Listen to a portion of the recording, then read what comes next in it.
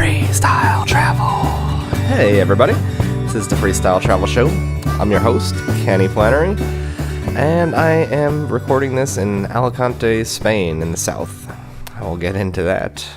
In the last episode, I was in Mississippi, and a whole lot of tripping around, hitching, and all kinds of good stuff.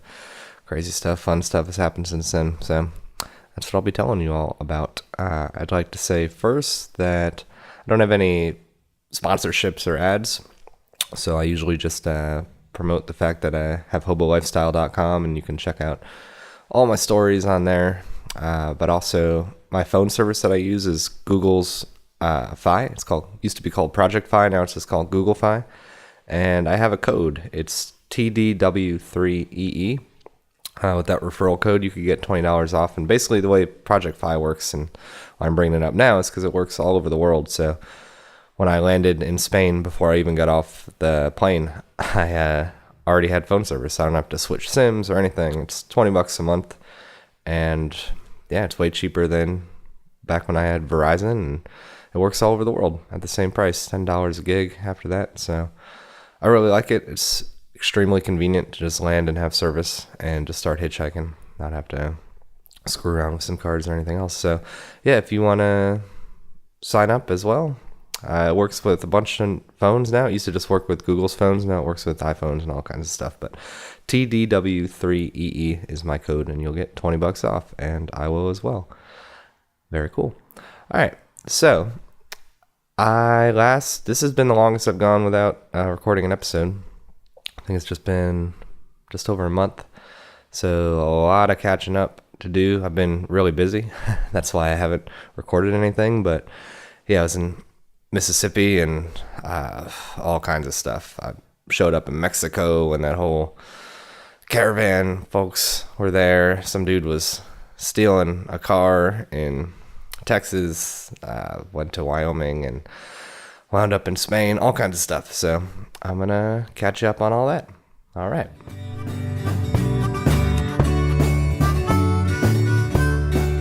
Okay, so let's rewind back to Mississippi, where I was making bivy packs. There's still some available if you want to go to freestyletravelgear.com. But anyways, I finally finished up there, got moving, started hitchhiking the day before Halloween, and was aiming for Houston at that point, which I successfully did. It took a couple days. I got a ride from a guy whose car kept overheating, and he was going all the way to Austin, so we should have gotten to Houston that night, but had to wait overnight for his whole situation to cool down, and I just camped in a nearby field first night in the new bivy pack. That was pretty cool. Got to Houston, stayed with a couch surfer. He showed me around all these cool spots, mostly breweries and things, and drank up a lot of Houston. That was pretty good. From there, I got an early start and easy rides to Austin, and I was catching up with a friend there, just eating some good food and poking around. While I was there, I decided to buy a ticket to Spain, so I got a plane ticket leaving later, not from Austin, but I found a $150 ticket from San Francisco to Barcelona. Kind of arbitrary. I knew I kind of wanted to come to Spain, and it's not too hard to get to California, so for that cheap of a ticket, that's what I got. So I had maybe a month to get there from the time I got the ticket. So I kept on enjoying Austin.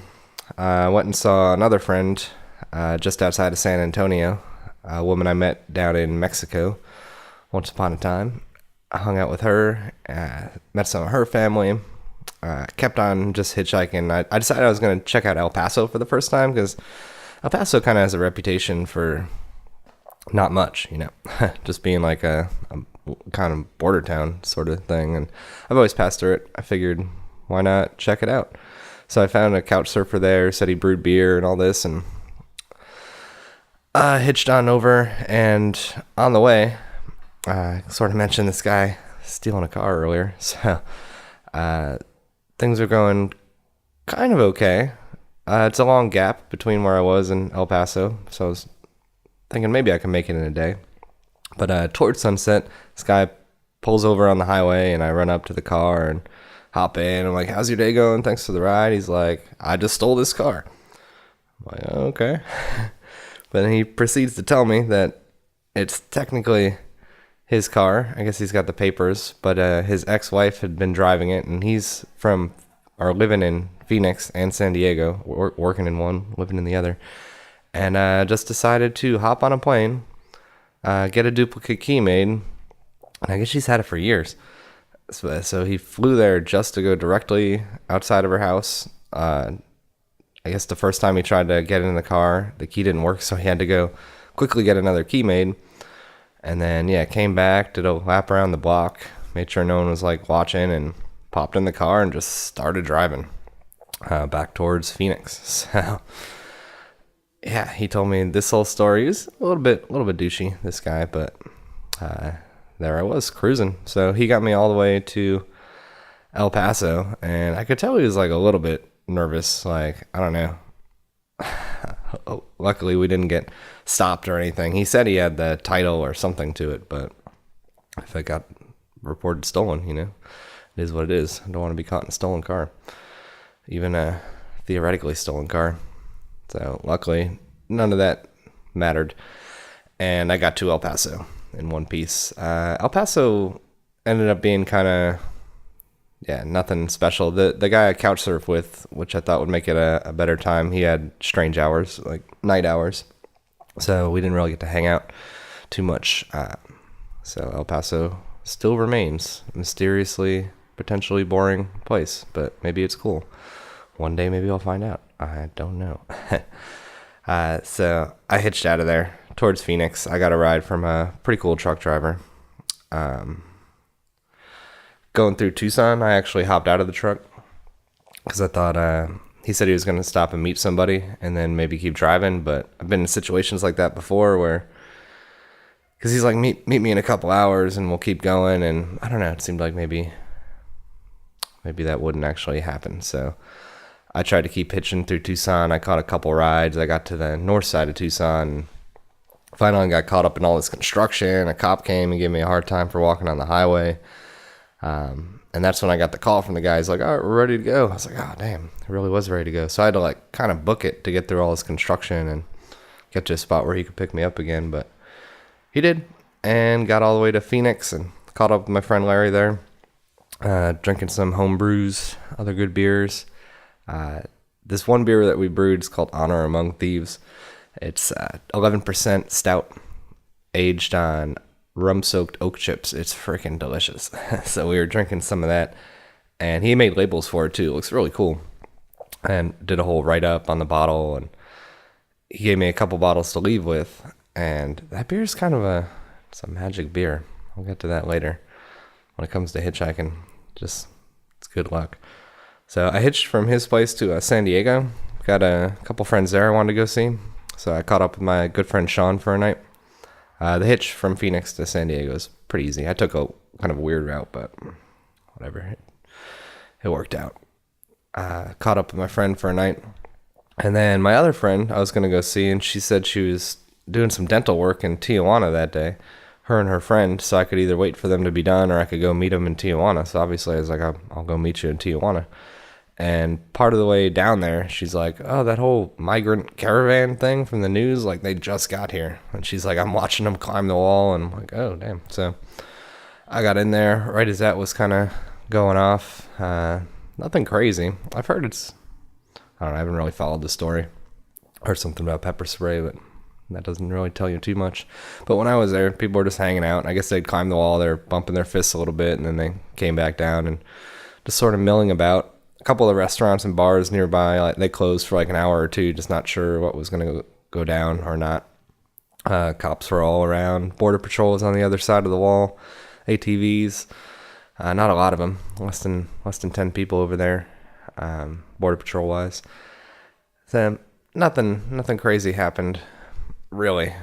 I've seen videos and stuff, I guess, people running amok, but they were just kind of chilling when I was there. But we went and drank up Tijuana that night. Just kind of ran all around different bars and got some different food and stuff. And I've been all the way down the Baja Peninsula, but I've never been to Tijuana until that time. So it was kind of cool just to check it out. It's beautiful there. The view of the ocean, at least. All that. So from there, I headed up to Vegas for just one night. Did a little bit of gambling, craps wise, just enough to. I got a like $40 hotel room or something, so I played enough craps to pay for that room, and eat a little food, keep it moving. From there, I hitched on up to Salt Lake City, and on the way, I got this one ride from this guy who lost his leg. He was doing a bunch of heroin to, he wasn't doing heroin at the moment when he picked me up. He was on something. He was on some kind of pill, but he was a real nice guy. And he was just leaving his girlfriend kind of and moving to Missouri. I had been doing the heroin because of his leg, just as like a painkiller thing.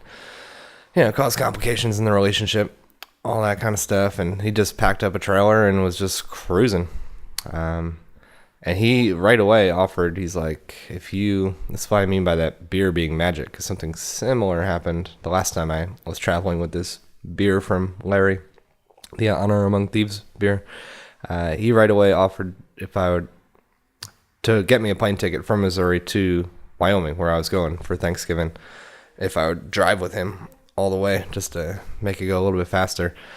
And I was really considering it, but the place where my mom lives up in Wyoming is it's a pretty small airport, and tickets there are ridiculous. And we even looked up the ticket prices, and he kind of seemed like he didn't care, but it was a lot of money. It's like almost $500 just to fly one way from I think Kansas City or St. Louis to Jackson, Wyoming. So I would have just felt bad. I don't know. It wouldn't really have been worth it for either of us.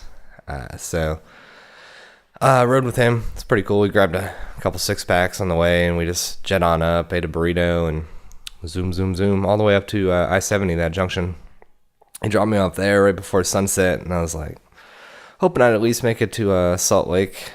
Family was saying they could maybe get me a shuttle from if I got as close as Salt Lake. So that was my goal. And luckily, this kind of pickup truck with a shell on it picked me up. This cool couple. Didn't get to talk to him too much. They had me lay in the back because that's the only place where there was room. So I had a couple beers left. It was great. They had a big mattress in there. It was set up for camping, So we just cruised on down the highway and laying out, sipping these beers, stopped once, and next thing I knew, I was in Salt Lake City. So shuttled on up from there to Alpine, which is basically like Jackson, Wyoming. Did the whole Thanksgiving thing, caught up with family. It's always good to do. A lot of days on the road, just, chill out, relax, eat some turkey, drink a bunch of beer. Melvin Brewing, really close by to where I was staying. So that was pretty awesome. And yeah, at this point, my goal was San Francisco. And I was thinking of getting to maybe stopping in Reno along the way to sort of cash up, have some like US dollars for visas here and there. You don't need visas in Europe primarily, mostly, but thinking of going to Africa. So it'd be nice to have some USD. So I got, so my mom said, it's cold and she wanted to get me a bus ticket somewhere. So I was like, Reno would be good. I don't have to get all the way to San Francisco in one shot. And it was a weird kind of bus ticket. It ended up being a bus to Salt Lake City where I was going to have a 6, 7, 8, 9 hour layover. And then what ended up being a train to Reno. But what happened was my friends were back in Salt Lake City. That's why I didn't stop there on the way up, because they were away for Thanksgiving. So right off the bus, I caught up with one friend, grabbed a couple beers. He had date night and whatnot, so he took off. I hung around. Eventually, my other friend came through. We were drinking some beers, going to another brewery, burgers, back to his place, catching up. And then he got me to the train station. Well, he actually just called a Lyft for me. And I get to the train station thinking it's going to leave at 11:30, and it's been delayed until 4 in the morning.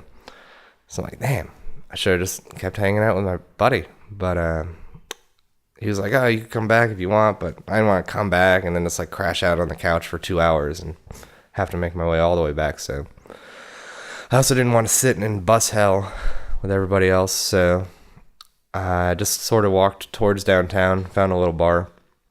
I was hanging out there, talking to everybody, talking about beer. Started flirting with this girl.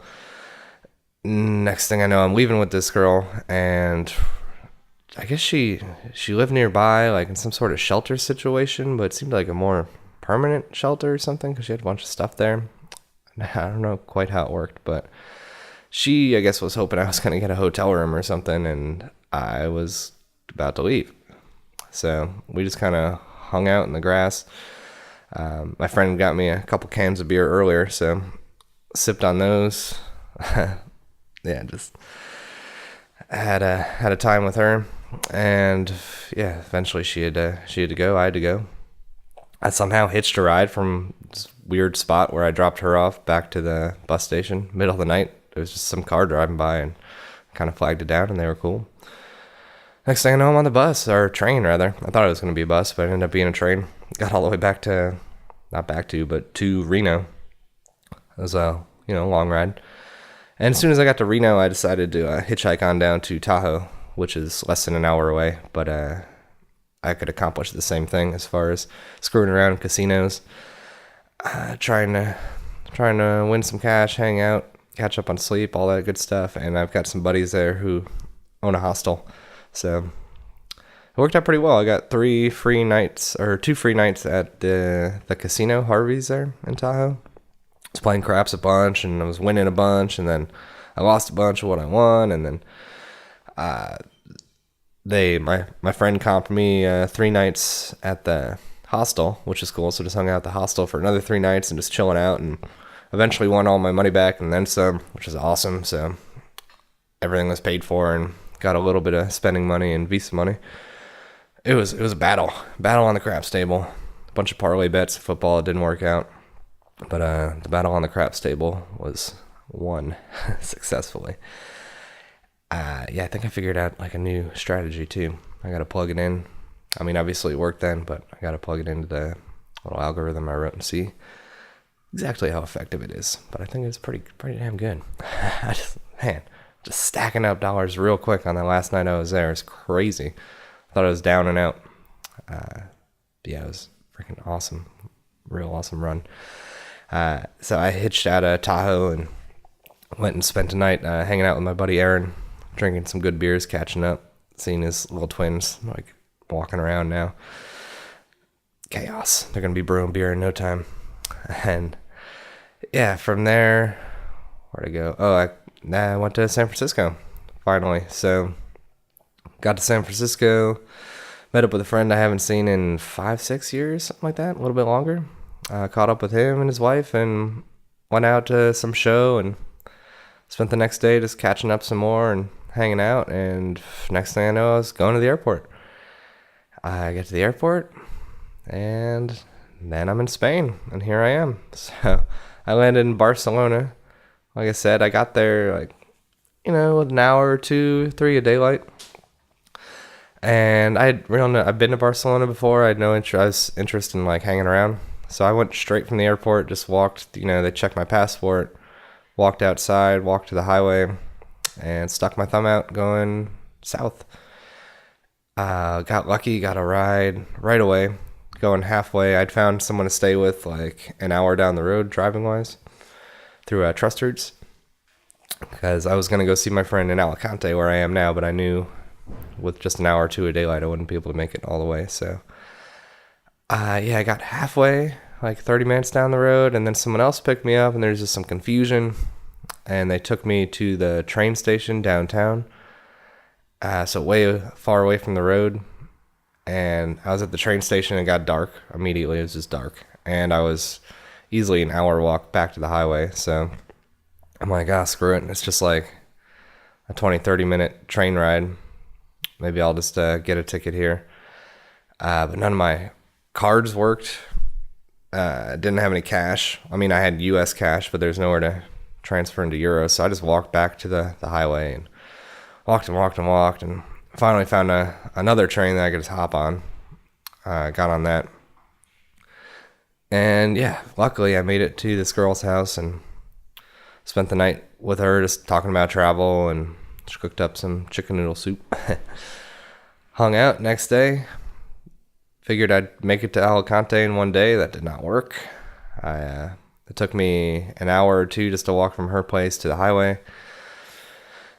Yeah, it was a real bad spot. Everyone getting on in that place was they're all going the opposite direction to Barcelona. So eventually I walked through the toll booth, which you're not supposed to do, and usually they yell at you. They did not.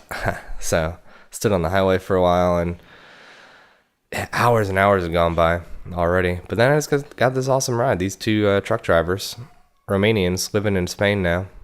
And right away, they pulled out a bottle of wine, poured me a glass as we're cruising down the road.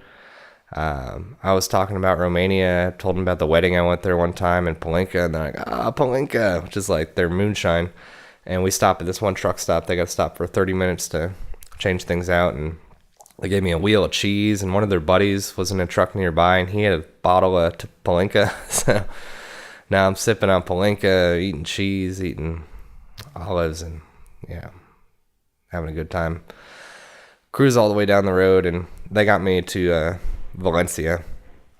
And yeah, I just kind of got stuck there. This truck stop.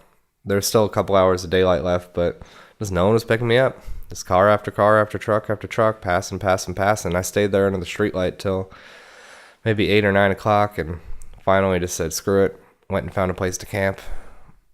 And next morning was up before the sun and got a ride from a truck driver there. Real nice guy. He got me real close to Alicante, and then once there I got a ride from after I got stopped by 3 motorcycle cops, but they were nice enough. I thought I was going to be stuck there, but this woman who lived nearby, she gave me a ride right into the city. Met up with my friend, and here I am, Alicante. We just screwed off, kicking around all these bars, meeting all his friends. He's got these 3 different spots he's kind of staying at, sort of, and so I've got this spot to myself. This might have been my first chance to record any version of this podcast in a while, so taking advantage of it, of the space.